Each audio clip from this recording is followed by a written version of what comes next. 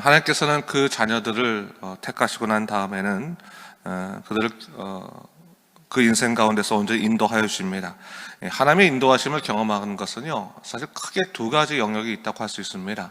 하나는 뭐냐면 하나님께서 그 자녀를 사랑하심으로 말미암아 위로하시고 격려하시고 세우시고 돌보시는 그러한 사랑의 그 보살핌 속에서 우리는 하나님을 경험하게 됩니다. 긍정적인 하나님과의 만남, 경험이라고 말할 수 있습니다. 하지만 반대도 경우가 있습니다. 하나님께서 그 택한 자녀를 구원하시기 위해서, 또한 그 자녀들을 다시금 세우시기 위해서 그들을 징계하실 때입니다. 때론 죄로 인해서 넘어지고 또 허물로 인해서 인생의 길을 찾지 못할 때 하나님께서는 그들에게 가서 그들을 이끄시고 인도하셔서 때로는 매를 때려서라도 그들로 하여금 주님께서 원하시는 믿음의 삶을 살 수 있도록 다시금 길을 예비하시고 주관하시는 경우들, 이 경우입니다. 근데 사실 이 경우는 우리는 긍정적인 경험이라고 말하기보다는 부정적인 경험이라고 말할 때가 있습니다. 그래서 누가 하나님께 매 맞는 것을 좋아하겠습니까? 누가 하나님에게 야단 맞는 걸 좋아하겠습니까? 근데 우리가 분명히 알아야 될 사실은 하나님께서 당신의 자녀를 사랑하시기 때문에 징계하신다는 사실입니다. 오늘 우리가 이 예레미야서를 읽으면서 한 가지 착각하지 말할 것은 하나님께서 이스라엘 백성들을 다른 이방 백성들처럼 심판하는 것이 아니라는 것을 우리가 알아야 되는 겁니다. 하나님께서는요, 결국은 하나님께서 택하지 않은 백성들을 심판하십니다. 멸하십니다. 하지만 당신의 자녀들은 멸하시는 것이 아니라 징계하심으로 말미암아 하나님께서 원하시는 그 예비한 자리로 이끄신다는 사실을 잊지 말아야 되는 겁니다. 우리가 때로는 살아갈 때 하나님께 징계를 받을 때가 있거든요. 그것은 회초리 맞는 거죠. 멸망하는 것이 아닙니다. 예수의 이름으로 말미암아 다시금 깨닫고 회개하여 주께 돌아오게 하는 것, 그것이 하나님의 목적이시라는 것을 우리가 잊지 말아야 되는 겁니다. 그래서 오늘 본문도 바로 그런 터에서 봐야 되는 겁니다. 하나님께서 왜 유다 백성들을 이렇게 징계하실까? 왜 이렇게 야단을 치실까? 한번 잘 살펴봐야 되는데 이유가 뭡니까? 하나님이 아브라함과 맺은 언약, 다윗과 맺은 언약을 지키시기 위해서 그들을 때로는 야단치시고 징계하시면서 당신의 사람으로 바로 서도록 그렇게 요구하신다라는 것을 잊지 말아야 된다고 하는 거죠. 그렇다면 유다 백성들의 문제는 뭘까? 한번 돌아봐야 된다고 하는 겁니다. 하나님께 구원을 받았다, 나는 선민 백성이라고 하면서도 하나님에게 집중하지 못하는 그들의 삶을 통해서 오늘날 이미 구원받아 믿음으로 살고 있는 우리도 영적으로 게으를 수 있다고 하는 것을 언제나 잊지 말아야 한다고 하는 사실입니다. 오늘 유다 백성들의 문제가 뭐겠습니까? 그들은 하나님을 섬긴다고 스스로 말했지만 하나님을 절대적으로 의존하지 않았습니다. 그들은 하나님을 섬기되 이방신들과 함께 섬겼습니다. 그들은 하나님을 사랑한다고 말했지만 이방신들도 사랑하였습니다. 바알도 사랑했습니다. 자기 자신도 사랑했습니다. 하나님께서는 그러한 그 태도를 하나님께서는 싫어하시고 그러한 모습에 대해서 분노하시고 오늘 징계하시는 것을 볼 수가 있습니다. 우리가 신앙생활하면서요, 한 가지 착각하기 쉬운 것이 있는데, 신앙생활을 마치 내가 어떤 그 종교적인 이상을 실현하는 것이라고 생각할 때가 있습니다. 그래서 나름대로 열심히 내가 하기만 하면, 내가 그래서 무언가 어떤 행위나 내 목적에 다다르기만 하면 나는 신앙생활 잘했다라고 생각하게 되는데, 여러분, 그게 신앙생활에 있어서 가장 큰 함정 중에 하나입니다. 여러분, 열심히 우리에게 분명히 중요합니다. 신앙생활이 열심히 중요하지만 방향이 없는 열심은 우리로 하여금 하나님이 아닌 결국 자기 만족을 위해서 신앙생활도 하게 한다는 것을 잊지 말아야 된다고 하는 겁니다. 여러분, 제가 가끔 가다 보게 되면 그런 모든 교회들이 마찬가지인 것 같아요.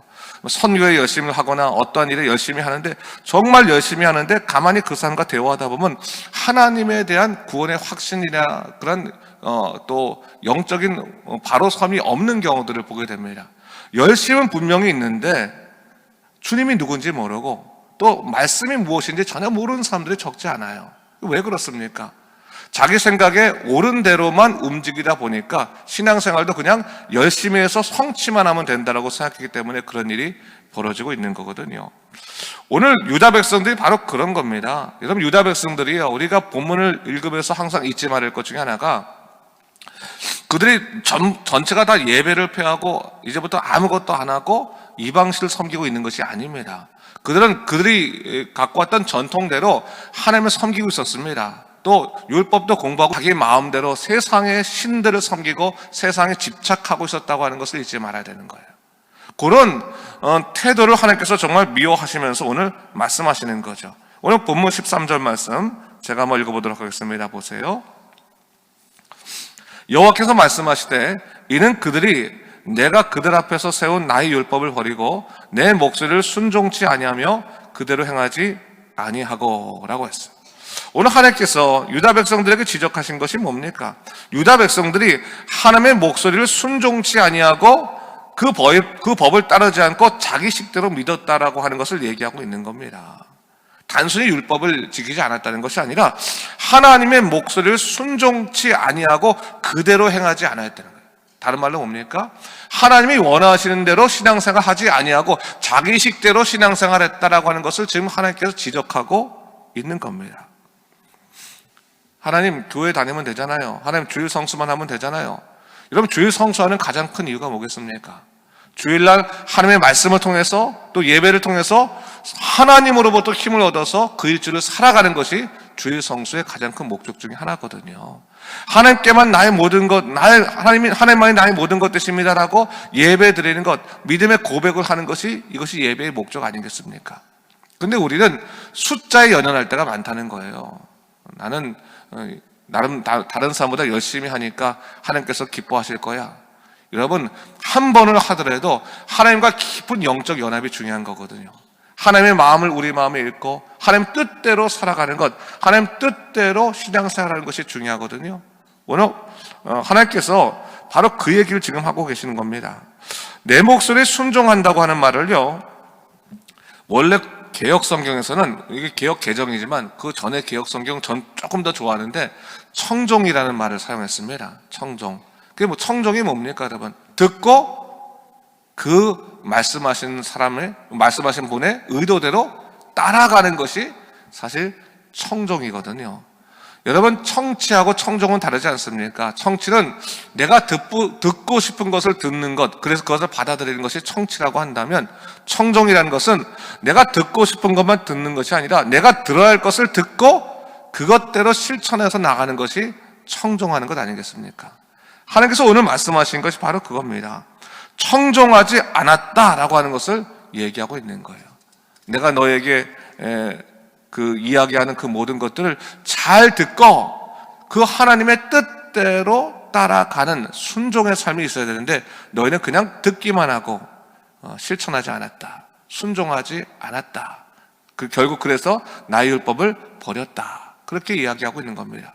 그렇다면 왜 우리가 하나님 뜻대로 믿음 생활하지 못할까? 오늘 본문 14절에서 그 이유를 찾을 수가 있는데 14절 말씀 한번 같이 한번 읽어볼까요? 14절은 시작. 그 마음의 완악함을 따라 그 조상들이 자기에게 가르친 바알들을 따랐습니다 했어요. 여러분 신앙생활의 적 중에 하나가 뭐냐면 바로 이겁니다. 마음의 완악함을 따라서 신앙생활하는 겁니다. 이 말이 뭐냐면 여러분 신앙생활의 제일 중요한 것은 하나님 뜻대로 말씀대로 신앙생활하는 겁니다. 근데 여러분 신앙생활의 적은 뭐예요? 우리의 감정대로 신앙생활하는 겁니다. 여러분 내가 기분 좋으면 열심히 정말 주님에서 충성을 다하겠습니다. 하나님 제가 모든 것을 내 마음을 헌신하겠습니다. 내 인생 헌신하겠습니다. 기분 좋으면 그러다가 기분 나쁘면 갑자기 마음이 확 바뀌잖아요. 하나님 저 주님께 충성하기 싫어요. 나 아무것도 하기 싫어요. 기분에 따라 정말 충성과 불충성이 왔다 갔다 하는 모습이 사실 우리 안에 있지 않습니까? 한번 우리를 정직하게 돌아봐야 돼요. 정직하게. 주일날 교회를 갔는데 기분이 나쁜 일이 있었어요. 사람들 관계에 문제가 있어요. 목회자의 문제가 있어요. 기분이 나빠서 집에 돌아왔어. 그러면 그 다음부터 신앙생활 잘 됩니까? 기분 나빠가지고 신앙생활 하기 싫은 거예요. 교회도 열심히 다니기 싫은 거고 말씀도 보기 싫은 거고 찬양도 보기 싫어요. 기분 나빠서. 근데 어느 날 갔더니 기분이 아주 좋은 일이 생겼어. 사람들이 나에게 막 칭찬도 하고 내 생일이라고 선물도 주고 막 나를 사랑한다고 막 기분이 너무 좋아. 그다음부터 하나님 저 너무너무 기분 좋아요. 신앙생활 열심히 할게요 라고 한단 말이죠. 물론 신앙생활 열심히 하는 동기부여 받는 것은 참 중요한 거지만 우리의 기분에 따라, 우리의 감정에 따라 신앙생활이 막 고저가 오르락내리락 한다면 여러분 정말 우리는 하나님 중심의 신앙생활을 하는 것이 아니라 내 마음 중심의 신앙생활을 하는 것을 잊지 말아야 되는 거예요. 근데 오늘 본문에서 뭘 얘기하고 있습니까? 그 마음은 완악하다라고 하는 거예요. 완악하다. 이 마음이라고 하는 것은 정말 항상 죄를 향해서 가는 방향이기 때문에 그 마음의 완악함을 방향을 따라서 가게 되면 결국 뭡니까? 바알들을 따라가는 수밖에 없게 된다라고 하는 거예요. 바알은 뭡니까? 여러분 당시에 바알은 신을 의미했지만 요즘 바알은 뭡니까? 우리의 욕망, 우리 자신의 생각, 우리 자신의 기분, 그런 걸 다 바알이라 볼 수 있는 거예요. 하나님 뜻대로 나를 내려놓고 나를 복종시켜서 믿음 생활하는 것이 아니라 그저 내 생각 가는 대로, 내 마음 가는 대로, 내 욕망이 가는 대로 믿음 생활하는 것, 그것 자체를 하나님께서 지금 지적하고 있다는 것을 우리가 잊지 말아야 하는 것입니다. 그래서 여러분이 큐티와 같은 말씀 훈련이 왜 중요하냐면요, 성역 공부나 큐티 이런 말씀 훈련이 왜 중요하냐면 여러분이 마음에 따라서 신앙생활 하지 않고 말씀에 따라 신앙생활하기 위해서 여러분 말씀 훈련을 받아야 되는 것이고, 그리고 경건의 훈련을 해야 되는 겁니다. 여러분 매일매일 성경을 읽으면서 여러분들의 마음을 복종시키는 훈련을 해야 되는 겁니다. 복종시키는. 그래야지만 여러분이 기분에 따라 신앙생활 하지 않고 말씀에 따라 신앙생활 할 수 있는 거예요. 그래서 혹시 기분 나쁘다고 할 때 신앙생활 너무 하기 싫어요. 정말 나 교회도 다니기 싫고 오늘 너무 기분 나빴어. 기도도 하기 싫어. 그럴 때는 한번 여러분 자신을 돌아봐야 되는 거예요. 내가 지금 왜 믿음 생활을 안 하려고 하고 있지? 가만히 돌아보면 사람에게 걸려가지고 우리가 신앙생활을 못할 때가 많이 있다는 거죠. 근데 신앙생활은 사람을 믿는 것이 아니라 하나님을 믿는 것인데 우리가 하나님을 믿음에도 불구하고 사람에게 걸릴 때가 많이 있다고 하는 거예요.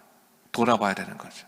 오늘 하나님께서 유다 백성들에게 계속 야단치시고 징계하시고 또 혼내신 이유가 뭡니까?